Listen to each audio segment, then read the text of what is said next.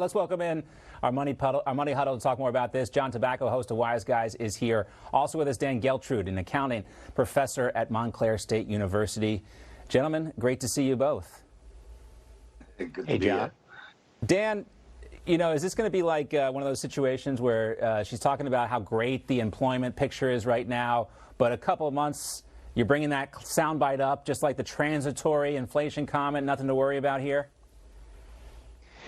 Well, this is all political spin, unfortunately, and we really shouldn't have the Secretary of the Treasury going down that path. We should really just stick with the economic facts.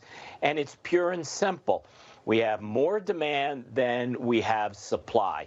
So you could go either way in terms of addressing demand or supply. The correct way to deal with this is on the supply side.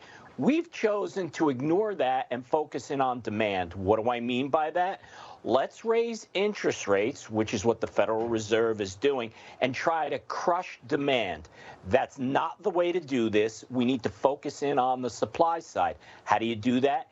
Change of policy, fix what's wrong with getting supplies to the market, which is all related to supply chain. Let's get rid of regulations. Let's get people moving again. Yeah, and it's just weird to see Janet Yellen on a late-night show blaming Americans, saying people are splurging. I don't think, John, anyone feels like they're splurging right now. They feel like they're hurting really, really badly, and it just kind of smacks in the face of, you know, the tone deaf that we say all the time.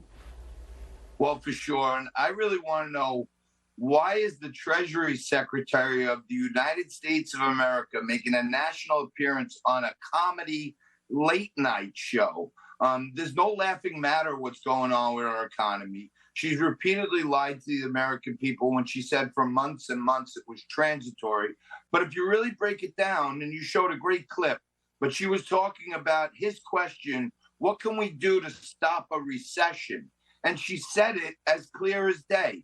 We need to slow growth, we need to slow job growth, and we need to take the heat out of the economy. So here's our Treasury Secretary talking to a comedian, saying the cold, hard facts. Let's root for less growth, let's root for less jobs, and let's root for taking the heat out of the economy. And if you couple that with Jerome Powell's recent remarks that he said, we're going to be in for a softish landing, but our policy to stop inflation will definitely bring the pain to small businesses and to middle-class America. So they're telling everyone right to our faces, right. And people got to start hearing it and understanding it, that they're rooting to kill the very same small businesses that got crushed for 2 years in the lockdowns. And she was almost dismissive of the idea that we're going to, or we may very well be already in inflation. And John, you talked about small businesses. Dan, this one's to you. We just mentioned that 40% of small businesses in this country couldn't make their rent in November. And this is, you know, the vast majority of commerce in this country.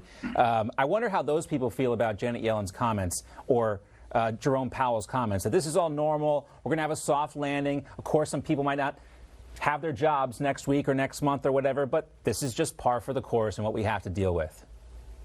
Well, they're not going to like it, and they shouldn't like it. And it's really being tone deaf, because what we have to realize is that people are hurting, but the only way to take care of this is to address inflation. They're going about it the absolute wrong way.